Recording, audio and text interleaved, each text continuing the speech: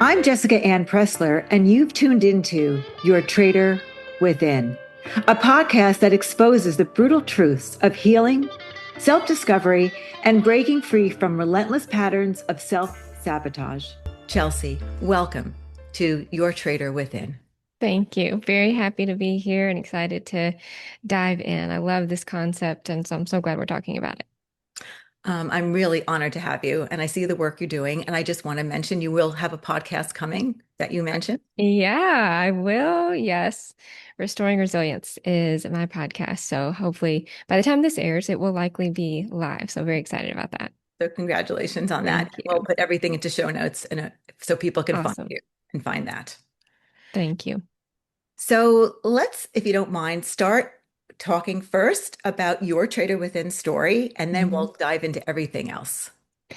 Absolutely. So I often say that I have been planning to specialize in narcissistic abuse through my whole life. I just didn't know it because I've actually been dealing with narcissists in many different capacities. So we can definitely dive into all different parts of my story. But I grew up in an environment where I knew that something was off with my dad, but I didn't know what it was.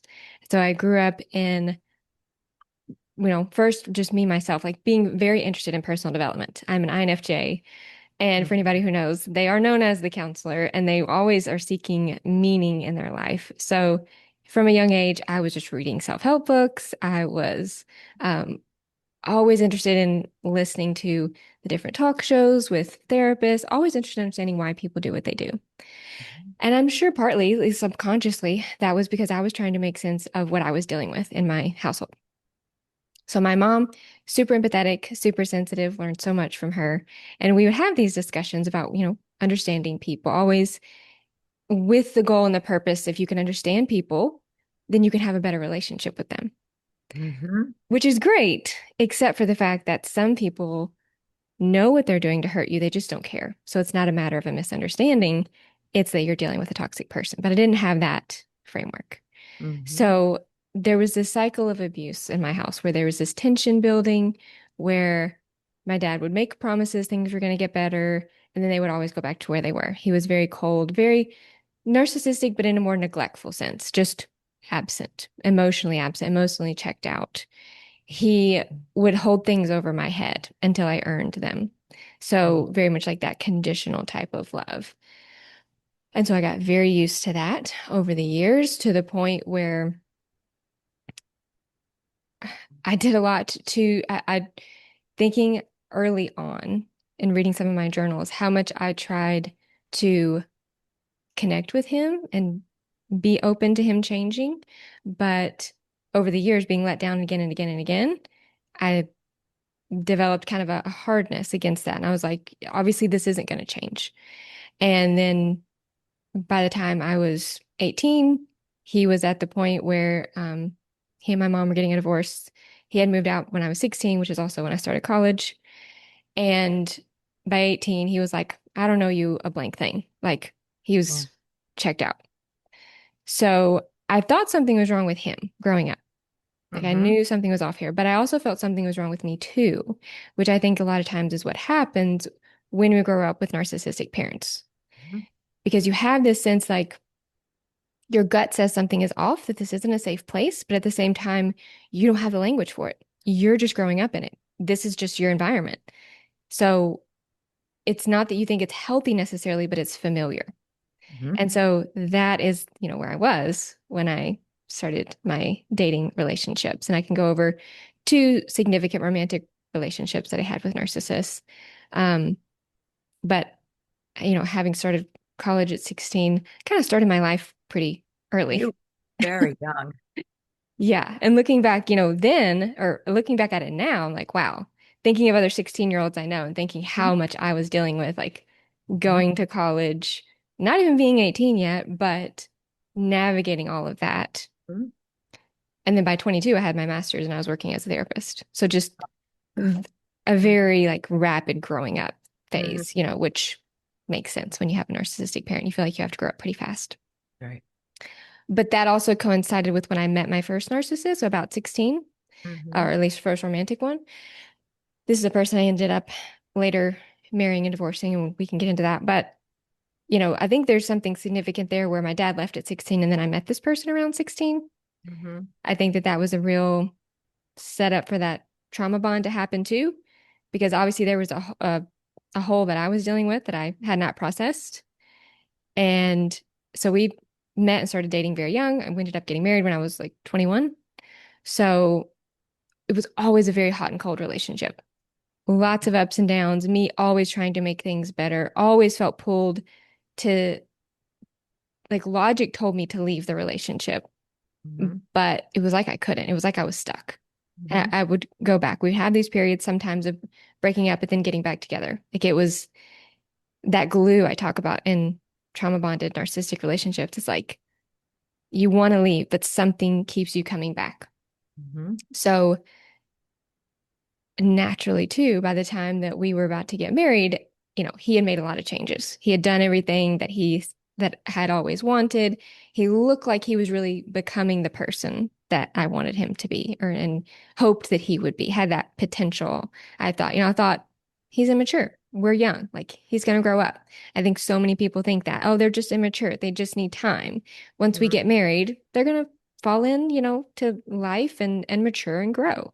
So you Mhm. think it's an immaturity issue, but it was not, because very soon after we got married, it went downhill right quite quickly. Everything that he was doing that was making me think, oh, he's grown, he Mhm. stopped doing. And Mhm. so he started staying out late, not telling me where he was, hiding his phone, changing his password on his phone. He said Apple made him do it, like had to change his password every couple months. Um, Very antagonistic, very adversarial. Just a few things that stand out with him is he would always walk in front of me, which I know seems minor, but I think that's important to know in those details. I know so many narcissistic abuse survivors, have mentioned things like they won't ever walk with me. And that's a very, minor thing, but definitely a part of that devaluing. Like, Except when you're in it, you feel it. So it's not minor. But I yeah, can see from the outside what you're saying. It can seem minor, but it's not. I've had it too. Very exact. hurtful. Yeah, exactly. So you know what it's like. Mhm. And so that just that constant devaluing. We would be at, big places, big events. I don't know, 4th of July things or whatever. He would be Mhm. walking ahead of me. I would have to like chase him because he was 6 foot. I'm like 5'3". Mhm. So I would have to like, you know, jog to keep up with him. Mhm. During those kinds of events, when we would be at big places with lots of people, he would routinely like leave me, like just be Mhm. annoyed that I'm walking slow, and then I wouldn't know where he was. And so I was just being this crowd of thousands of people alone, not knowing where he was. Um, we would go on walks at night. He would lock me out of the house. On these walks, he would try to convince me that I don't want to be with him, that, he's really not what I want. I should really just go find somebody else that I'm more compatible with and just cheat on him so we can, end this thing. So he put me in this position where I was the one who was trying to convince him to like stay in the relationship, that no, I do want him and that this can work. So eventually that culminated. I got into a car wreck a few months before we got divorced, or before I found out he had an affair. I had a concussion, went to the hospital that night. And I remember my mom calling him and saying, "Hey, Chelsea's had a wreck, like she's at the hospital." And what he says to her is, "Do I need to come? Like, how bad is it?" And he comes and then asks if he can take a picture because he thinks it's funny that I'm in the neck brace because I had some bulging disc issues. And he was so weird there, so like giddy and weird and anxious and like just very off. Mhm. And I later found out that that was he either had the affair or was planning to have the affair right around that time. So he was like checked out. And it happened on a work trip. He was out of the country. He was MIA all weekend. Mhm. And I remember thinking, if this was anybody else, I would think he was cheating on me. Mhm. But it speaks to that trauma bonded place you are in your mind, that cognitive dissonance of part of you saying, if I were anybody else seeing this, I would definitely think they were cheating, hiding their phone, being MIA, just treating you so antagonistically. But it was like who I thought he was, what the connection, the relationship I thought we had, he wouldn't do that. So Hmm. it's like we become divided, very divided in our own mind in these kind of relationships. So comes back, I find proof of the affair, which later come find out he left me clues. He kind of thought like it was he set it up like a game, like leaving me clues to see if I would put the pieces together. I It, confronted, it shows the level of cruelty. like they're toying with you, Hmm. Like a like cat they're and a mouse game.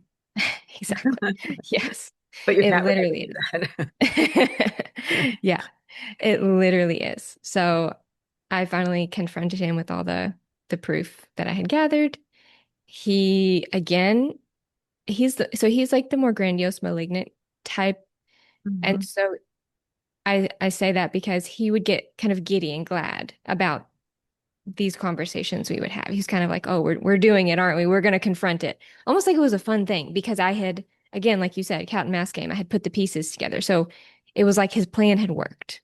I had Hmm. found the pieces and now we were going to get to have this conversation.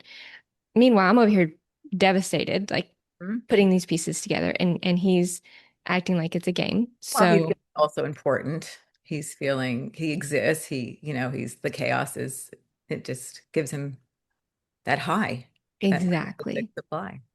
And that's what it looked like. It looked like he was, getting joy out of all of this.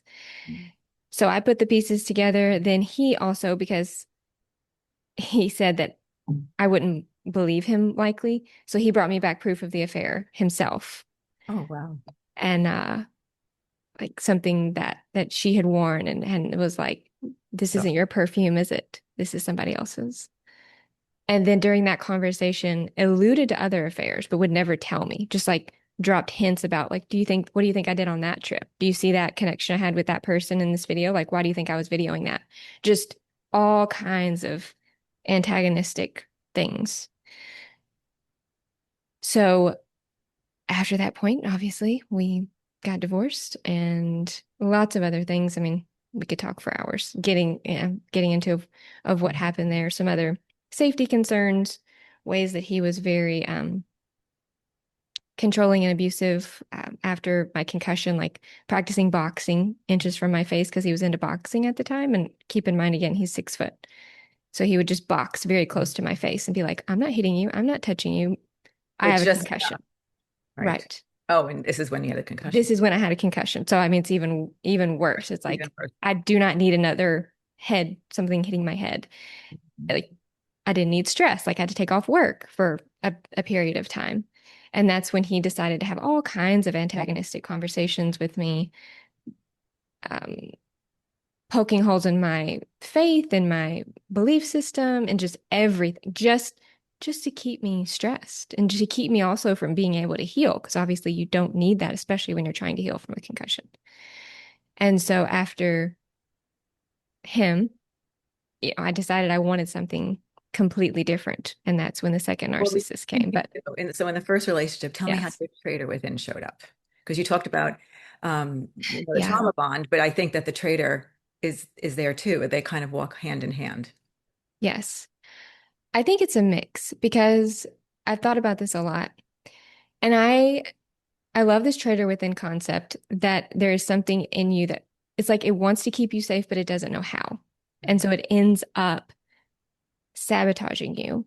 Mhm. And we can't heal that until we recognize it. So I would define my traitor within as like a misguided protector. Mhm. It was a part of me that really wanted to keep me safe, but didn't know how to. Mhm. I only had a framework, like had a schema, a mental map for what a toxic relationship looked like. Mhm. So logically, conceptually, I was like, I want a healthy relationship, Mhm. but I didn't really believe that I deserved that. Mhm. I didn't know what that would look like. So Mhm. even the thought of being with somebody healthy, it triggered a lot of shame. And again, it's subconscious. Like I didn't Mhm. understand it because I thought, no, I think I deserve something better. I don't deserve to be treated this way, logically. Mhm. But yet another part of me was like not feeling good enough. Mhm. So I think it's that constant you don't feel good enough and you don't know why.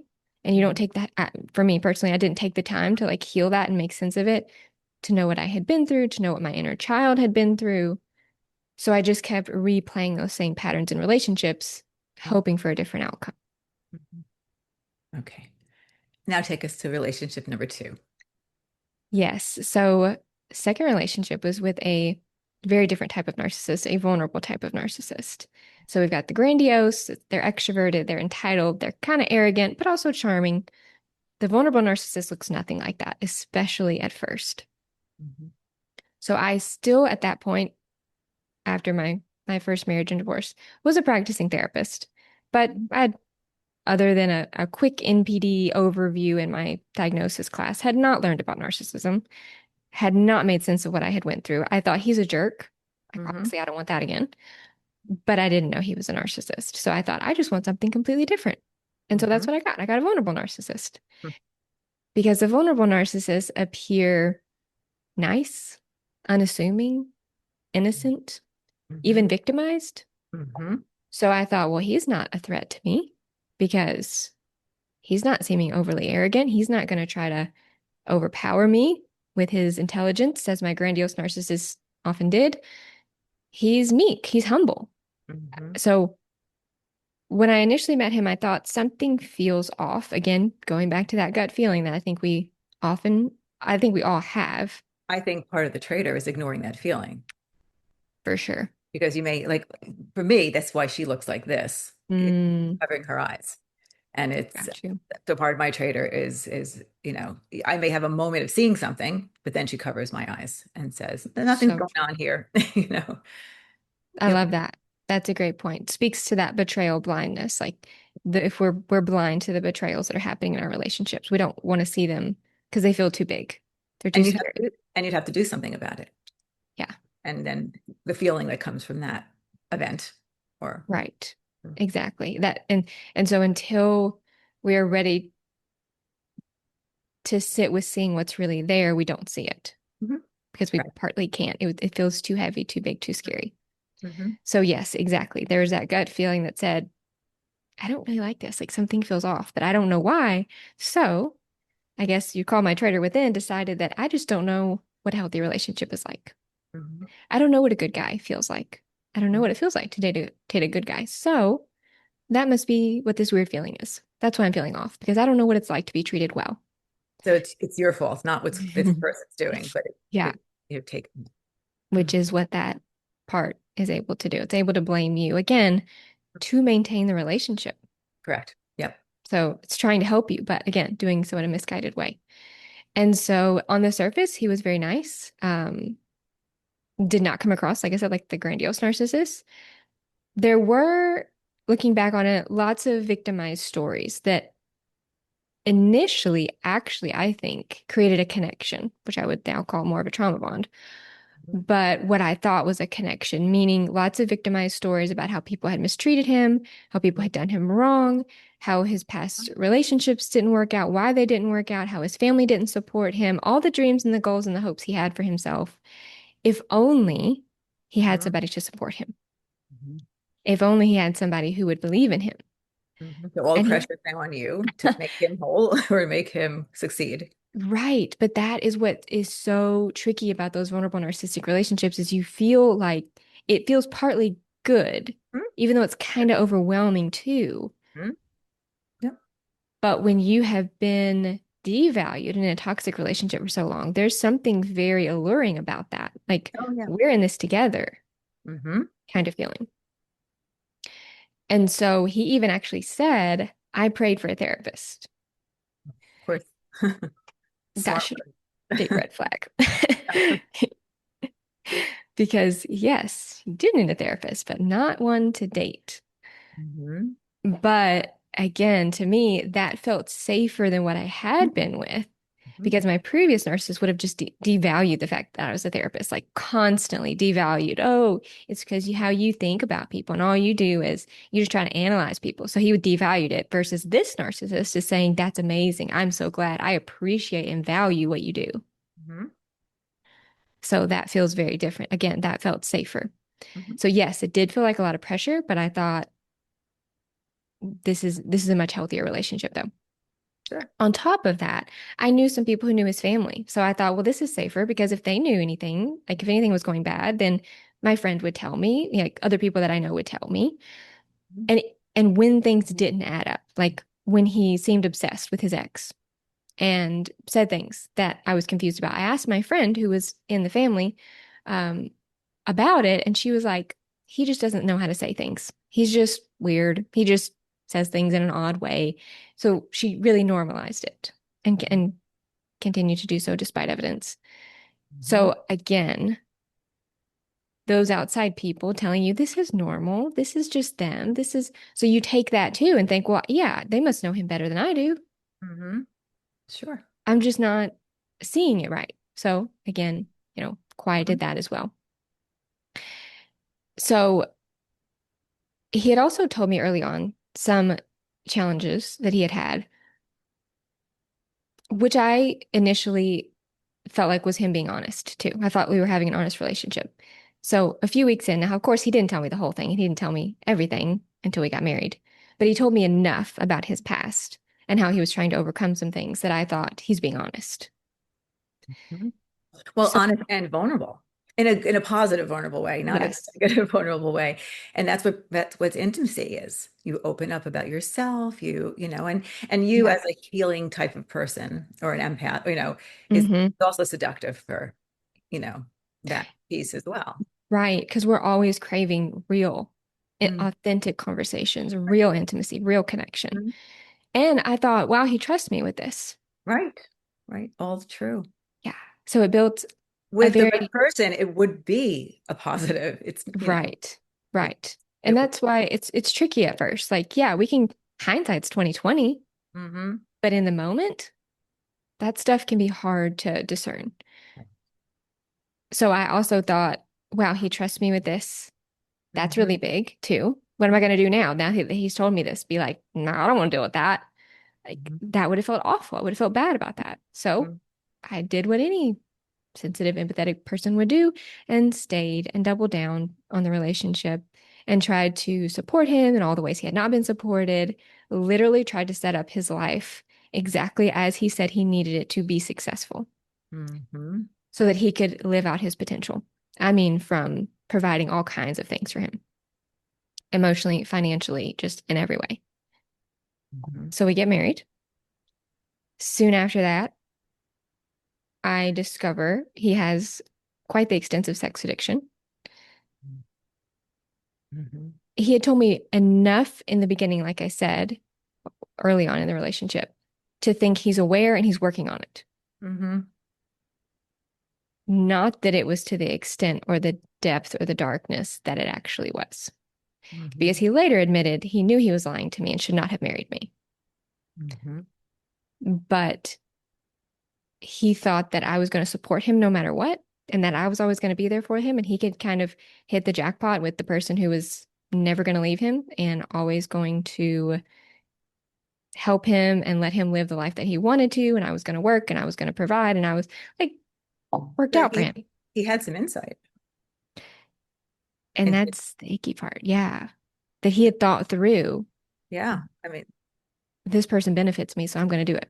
There's a sociopathic piece to that because it's many times a narcissist doesn't get why they do what they do, Yeah. but this gentleman has had the insight to. That's a great point. The exploitative nature of, and I still think that I keep coming to terms with that because of his type of narcissism was wrapped in such victimhood and still is and continues to be. It's easy to miss that. Like you almost have to go back and read it and go, wow, that was really dark. That was really Yeah. sadistic to do. Hmm. And so that revelation did not, I talked to one of my friends about it and she's like, well, obviously you're leaving, right? And I'm like, no, I think that this is going to help. I think now that this is finally out in the open, we can Hmm. do something about it. We can heal. We can grow. This must have been the thing. And so then that started the whirlwind of sex addiction treatment. So multiple therapists, support groups, all the things. Hmm. And it was And and I do want to touch on this more later because I want you to continue, but Yeah. I want to piggyback eventually to the fact that here you are a therapist. Yeah. And I think this is an important piece because I do this too, to help the world see this, is that even we as Yes. therapists who are trained and who are helping people in similar situations are still remain in these relationships Hmm. and don't see it as clearly as we would see it for someone else. Yes. I want to point that out simply because there's many reasons, but one is that people who feel shame, uh, Yeah. I hope that they feel less shame knowing that even Right. people who are trained, who actually help other people in these type of relationship, leave them or figure out, what's going on. We couldn't do it for ourselves at the time. We had our own blindness. Great point. Yeah. Because now, I mean, yes, that's a big reason that I'm open with my story and share it because I want to decrease some of that shame. And now I work with many people who are studying to be therapists, who are therapists, Mhm. who have or are in these relationships. Yeah, So it can happen to anybody. anybody. So we start this whole process of Mhm. sex addiction treatment. So for anybody who hasn't been through that, it is known that it's a 3 to 5 year process of consistent weekly therapy, support groups, accountability, like a whole system you need to address something like this, especially one that has been present since he was an adolescent. Like this Mhm. is, deep. Unfortunately, the truth came in drips. So I did still, even though I thought I had gotten everything, had not gotten everything, continued to learn things over the coming weeks and months. Mhm. And any kind of betrayals that you get in drips, it makes the betrayal trauma that much worse Mhm. because your nervous system, Well, punch, punch, punch, punch. exactly, constantly on edge. It's over and over and over again. It's not one thing. It's not an affair. It's not Mhm. a betrayal. It is multiple. Mhm. And then it's continuing. Mhm. And so at the same time that, I mean, I think this is when, what you would call the traitor within really came to light Mhm. because this is when I extra gave up my needs. Like I was pretty selfless before, but now I really was because I thought he needs this. Mhm. This relationship doesn't have space for what I need. Mhm.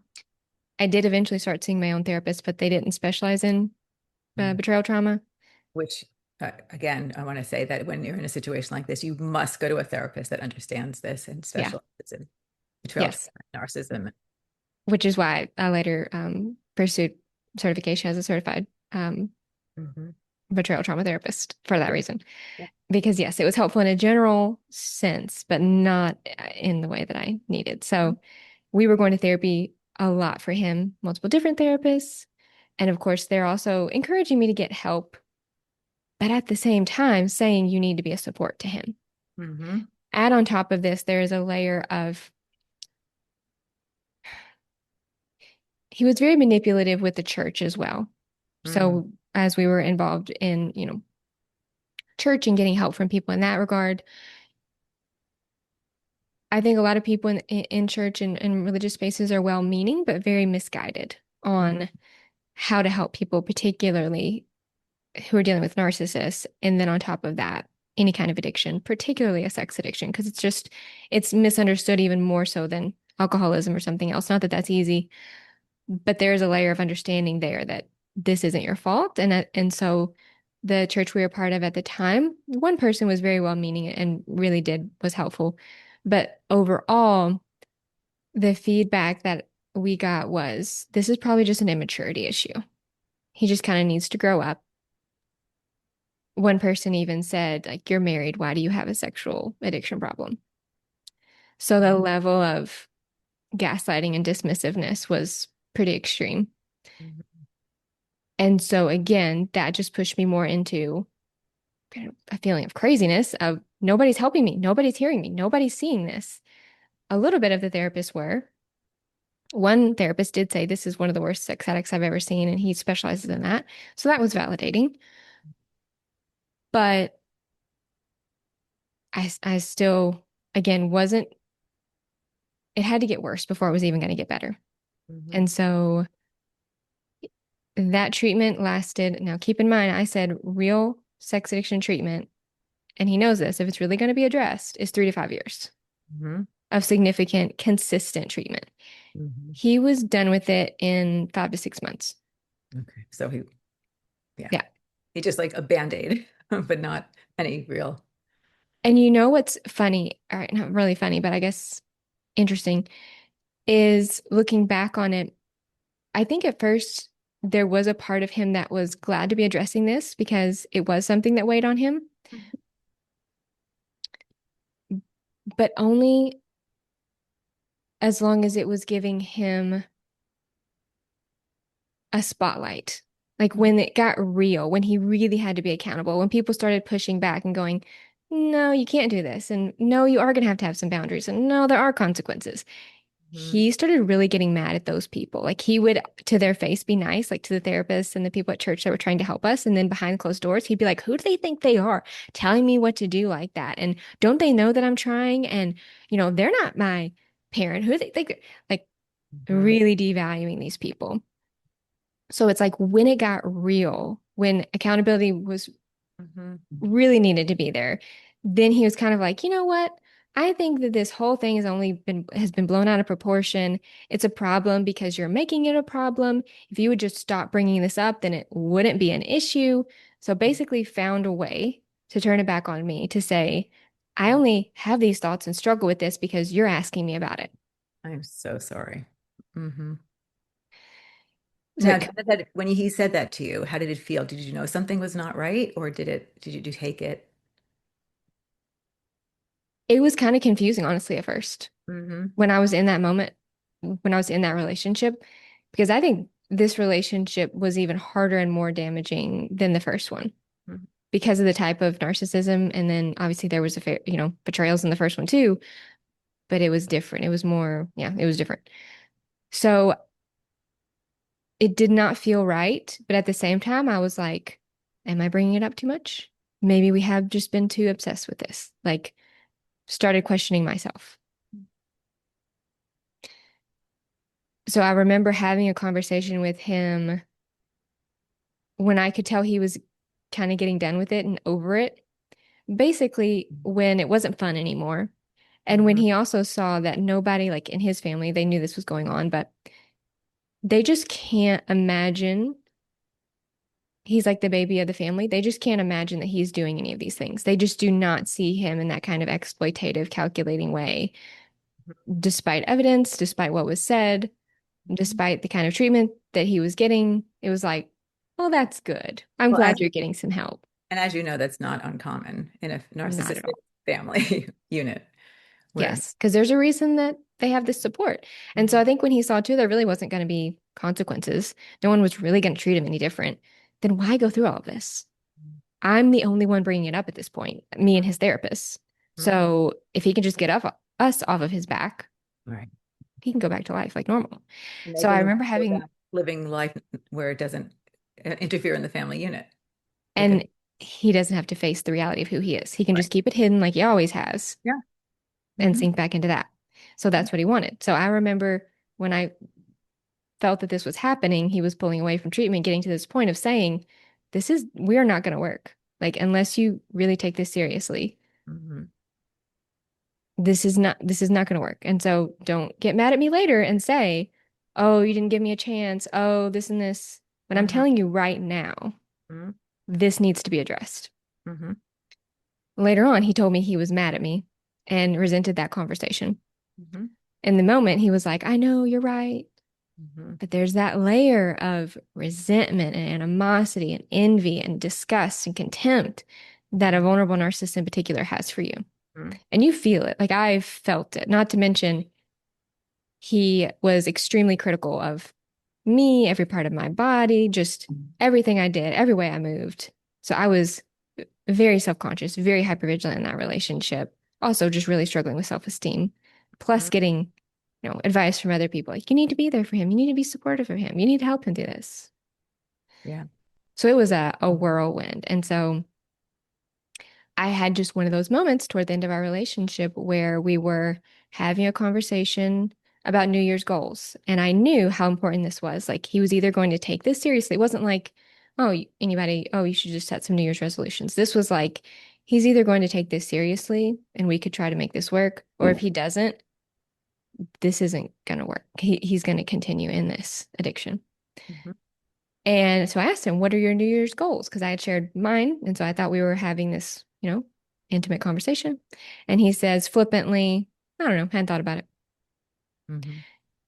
And it was like in that moment, a ton of bricks just fell. Like the Mhm. scales fell from my eyes, you would say, and the truth just became revealed that this isn't going to change. Mhm. And I will sacrifice my whole life if I don't Mhm. stop looking at potential instead of reality. Mhm. I had a priest friend of mine say to me, don't fall in love with potential. And it was great advice. And I gave that advice to other people. I did not listen to it from any relationship Right. but it's the truth. Yeah. As a therapist, we're there to help people make these changes. But in a Yeah. relationship, it's a, you know, it's a It's very different. very Yeah. different. Because you're dealing with your own stuff. This is Mhm. why it's so difficult. Yeah, sure. And I'm very mindful of that with my clients too. Like I can tell you what the best step is. And I recognize that that's not easy to do, Mhm. having been there. But that was one of those moments you couldn't come back from. It's Mhm. like when the betrayal blindness is lifted and Mhm. you really start seeing things as they are. Mhm. Now, the term narcissism had been thrown around during this treatment with him. Like some therapists had said he is narcissistic. I did not fully understand did not understand what that meant. I thought, yeah, he's really selfish. Like most people think, okay, they're selfish. Obviously, most addicts are acting narcissistically. Right. And that is different, though. There are addicts who are not narcissists and Correct. act Yes, narcissistic when they're using because their whole exactly. focus is on one thing. But Right. And so that's why it's extra confusing because I'm like, okay, well, he's acting narcissistic. That I didn't take that as that's his base personality. right, I thought that's associated with the addiction. But no, this was a narcissist who right. also Happens had, also, right. yes, both. But I Mhm. did not know what that meant. Mhm. So it wasn't until that moment when I had that conversation and the my eyes were opened that I really actually started diving into what could be happening, as many people do, started Googling, started looking through YouTube, probably came across Dr. Ramani first Mhm. and then started putting things together. Mhm. But that was And a long journey. yeah, and when you had that true aha moment, the aha moment, Hmm. that, like, who did you talk to? Were there people then that you could speak to who got it, who helped support you? Yeah, my mom was a constant support through it. My friend, particularly one friend, was really supportive through it. And like I said, I was seeing a therapist. They were supportive, although they didn't fully understand what I was dealing with. But it was pretty small. My circle was pretty small. Mhm. Um, I think there's a lot of shame Mhm. around it too, around talking about it. So Mhm. I didn't want to necessarily bring it up, especially to people that I didn't really feel close with and knew would understand it. Like, particular friends that I shared it with, I knew they would understand. Um, I did a lot of reading, I did a lot of research, I did a lot of journaling. So a lot of it was a lot of internal work. Mhm. And I think that's when I finally started looking inward and going, okay, what is going on here? Why Mhm. have I been making these choices? I Mhm. actually did a really helpful journaling prompt. It was a decade in review. This particular person was leading you through big picture. Look at the last decade. Mhm. What choices have you made? What things stand out as good? What things stand out as bad? What do you want to take going forward? And what do you want to leave behind in the previous decade? Mhm. And I think that was a really big moment because it allowed me to see how much I had sacrificed myself, Mhm. how much I had been willing to put others' needs ahead of my own, even when my gut was screaming at me not to. Mhm. So, like, why was I not listening to my gut? So that's when I knew that I had to change. And I think that's when I finally looked at my, traitor within. Mhm. Okay, what part of me has been making these choices? Because this is clearly not working. Mhm. Mhm. And so I did a lot of self-reflection, a lot of how did I get here? How can I make different choices? I started realizing that I need to be good with my choices because I am the one who's going to be living with the consequences of what I do. Hmm.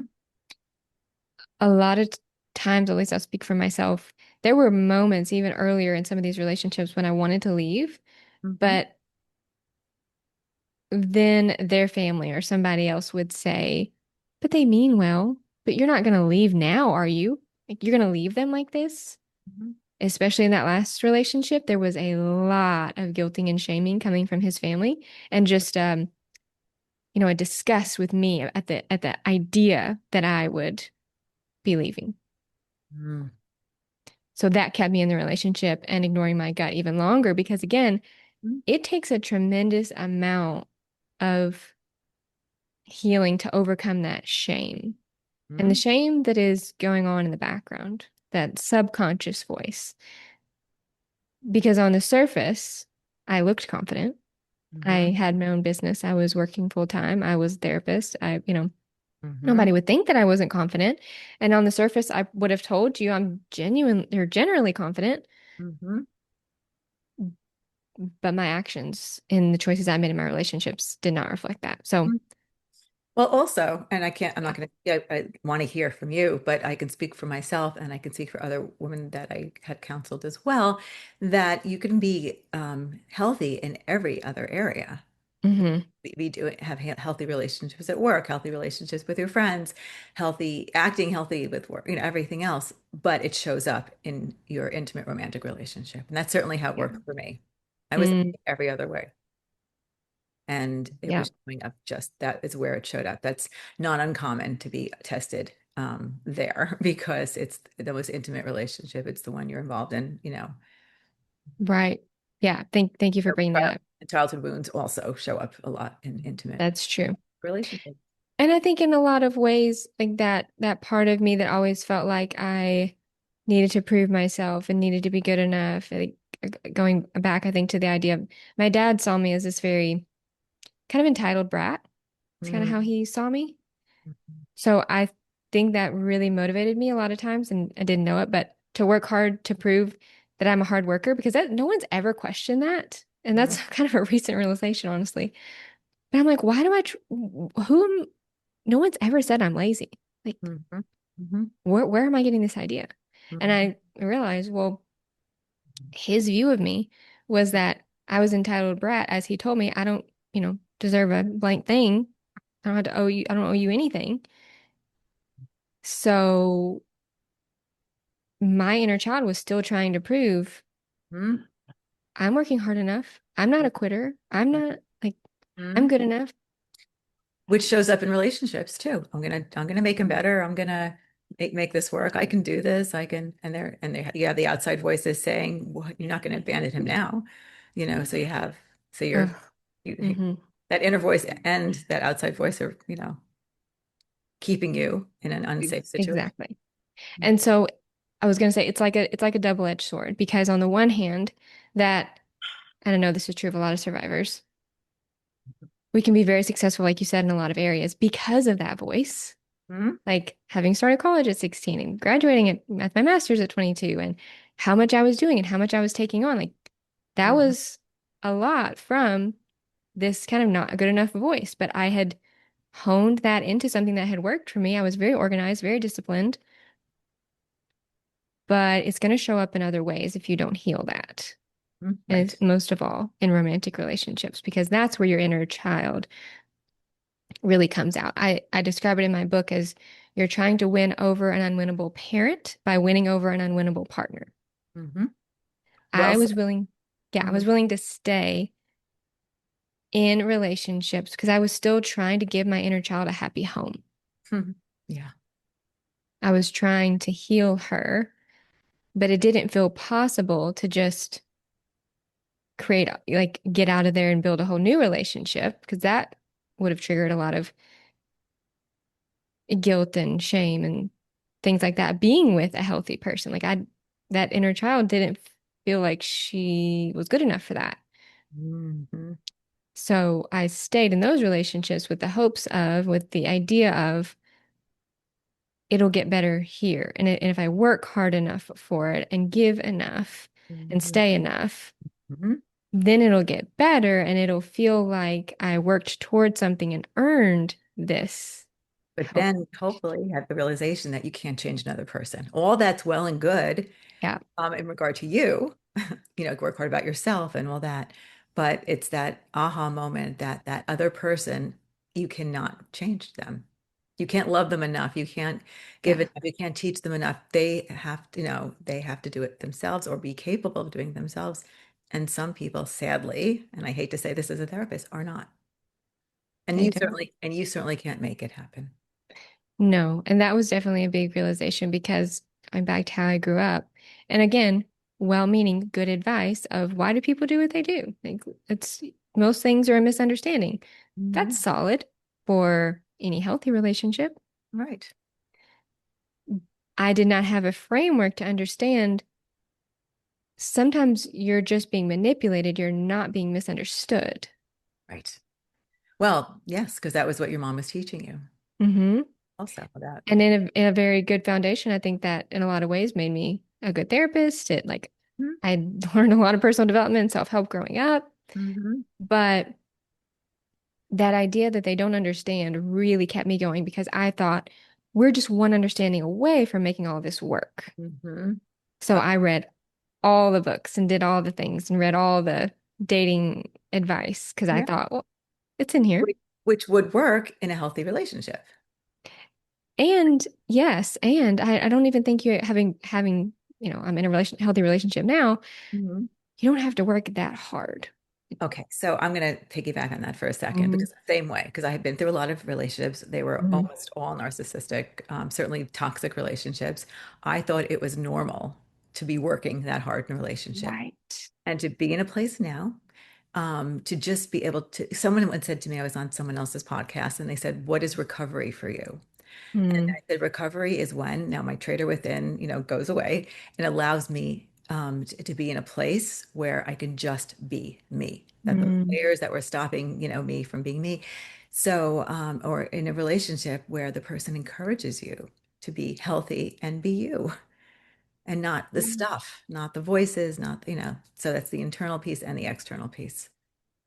I love that. And I can completely relate that they encourage you to take care of yourself and want you naturally become more of you. I think you step into more of you in a healthy relationship. Yeah. You're in a place where you can actually grow. You can't really grow if you're constantly taking care of the other, or constantly taking, it's okay to take care of another person. I don't mean Yeah. that. But it's draining when you're taking care of a narcissist. First of all, it's an empty vessel. You're not ever going to fill or give them what they need. And that you have to realize as well, that no matter what you do, it's temporary. I often said it being with a narcissist is like trying to hold water in your bare hands. Yeah. I visualize that. Yeah. No matter how hard you try and tightly you grip, that water is going to slip through and you're going to have to put more in. It's Hmm. like it doesn't matter how much you give and it doesn't matter how tightly you try to hold to understanding them Hmm. and feeling like you have a grasp of who they are. Hmm. You never do. Hmm. Right. Right. But how wonderful that you are in a healthy relationship and you could And be. that Mhm. came, yeah, right. And I don't think I was ready for that until the end of that last relationship where I'd finally looked at that misguided protector and said, I have to choose me no matter what. I Mhm. have to I have to set boundaries and trust my gut even if I'm not sure. Mhm. Mhm. And I can never let somebody convince me I'm someone that I'm not. I decided I would rather be with no one if it's not a healthy person. Mhm. And that's big. It is really big, especially when you're always trying to heal that inner child and give Mhm. her or him that happy relationship. Mhm. And to finally come to terms with, I'm willing to sit with this heaviness, this grief, this sadness, this shame, this guilt, Mhm. this hurt, but I'm not willing to put a band-aid on it with the wrong person. Mhm. Yeah. And that's what we were doing, Band-Aids. Yeah, running from all of that, not meaning to or knowing Mhm. that we were, but that was the point I had to get to actually have a healthy relationship. And it was, I mean, it's been wonderful.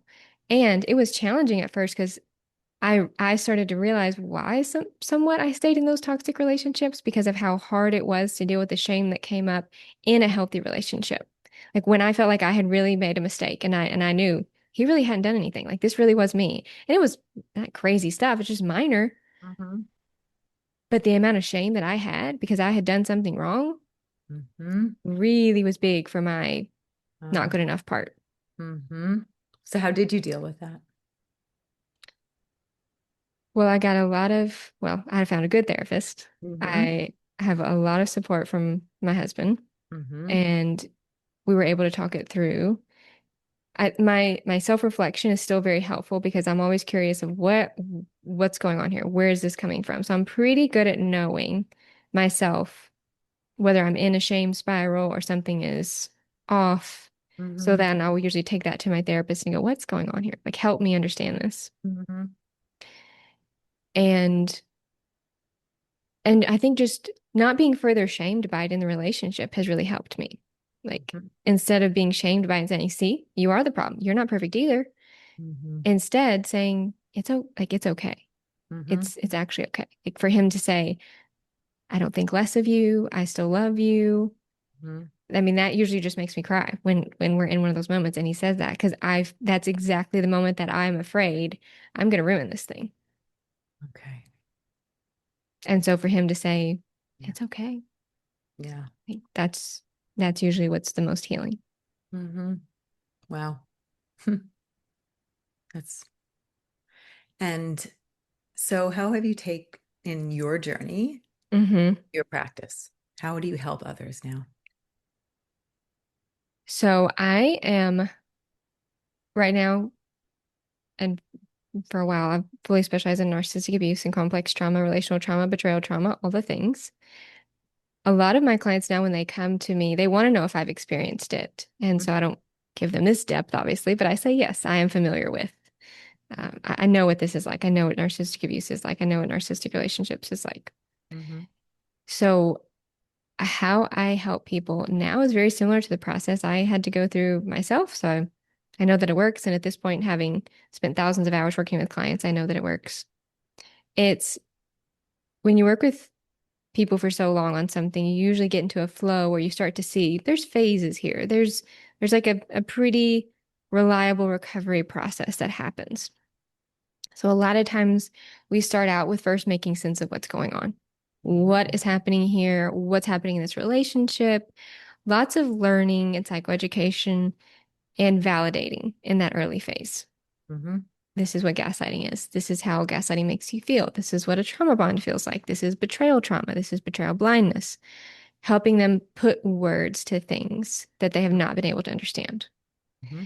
And that usually gives people enough of a grasp and a foundation to go, okay, well, how did I get here? What, why am I in this relationship? Why can't I leave even if I want to? Or if this is someone I have to deal with, why can't I set boundaries? What is coming up in me? Mm-hmm. And so that second phase, we usually move into childhood stuff because that's where most of this comes from. And just getting, and again, non-judgmental, just getting curious about what your childhood was like and how it impacted you. Because there's two different ways people can find themselves in narcissistic relationships. One is you grew up in a toxic narcissistic environment, and so that relationship just feels like a continuation of that. It's just what's familiar. And so you find yourself in that in the future. Other people have a quite healthy childhood and they don't understand or can't imagine that a person like a narcissist exists. So Mm-hmm. they end up in an adult relationship with a narcissist because they can't imagine that they are toxic and purposely chaotic. So they assume it's a misunderstanding, it's a miscommunication. You know, we just have to figure this out. Mm-hmm. So we explore childhood. Mm-hmm. We make connections of how did you get here? What's going on with you? What is coming up for you in this relationship? And then that third phase is okay, you know what's going on. You know how you got here. What are we going to do with that? Mm-hmm. That's when we get into a lot of post-traumatic growth. Like, what are we going to do with the adversities and the challenges that we went through?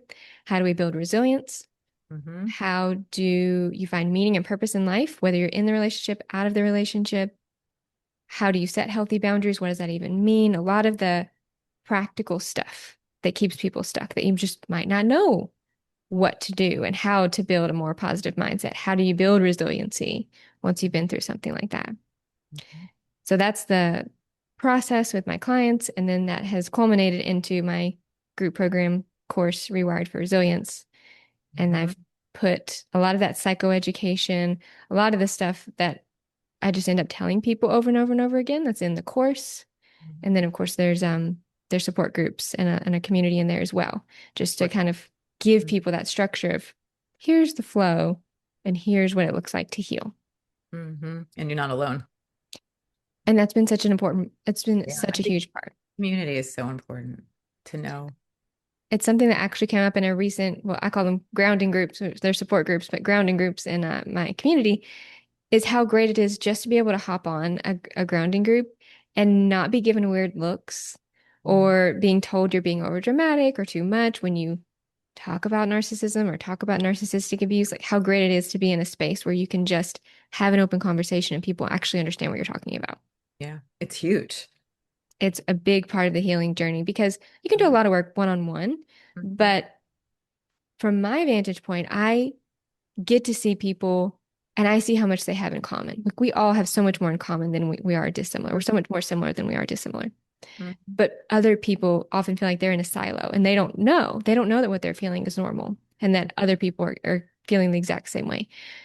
So in the community, you actually get to see that. You get to hear somebody say, well, I felt this way and I ruminated about this and I felt hypervigilant about that. And you're like, huh, I've never heard anybody. I thought that it was just me. Right.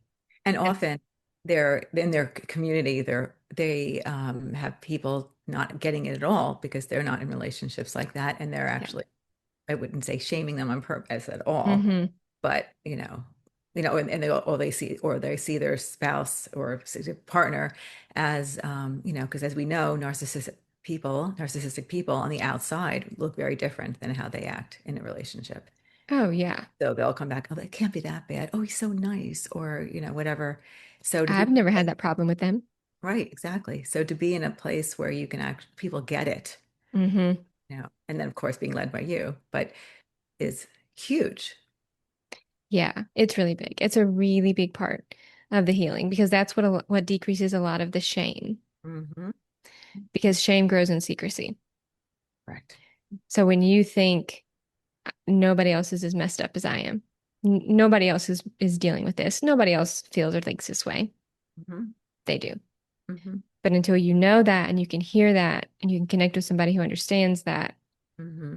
we tend to stay stuck. But when you do have somebody who understands that, it's that burden of shame is so heavy and validation and knowing other people get it, I think is a big way that we take that heaviness off.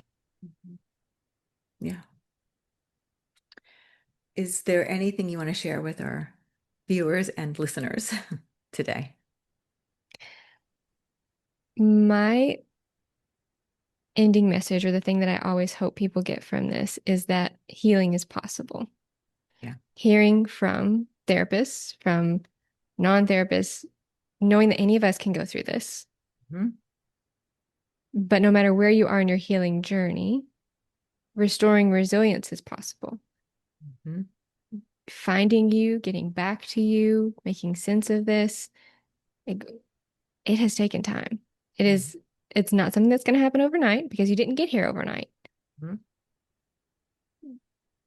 But every healing step is like putting a band-aid over the thousand cuts you get in a narcissistic relationship.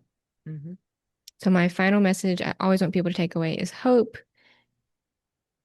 and knowing that healing is possible and that you can get out of where you are no matter how deep that you think it is and how broken you feel like you are.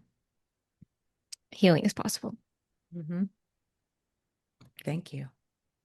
Thank you for being here. Thank you for your vulnerability, telling your story. Thank you for all that you do for people. And Yeah. Thank you for allowing me to share. I really hope that it helps people to know that it can happen to anybody. And hopefully they resonated with some things that I shared and know that they're not alone. mhm. And in show notes, we'll have information on how they can get to you, your book, and congratulations ahead of time on the podcast to come. Thank you. Thank you.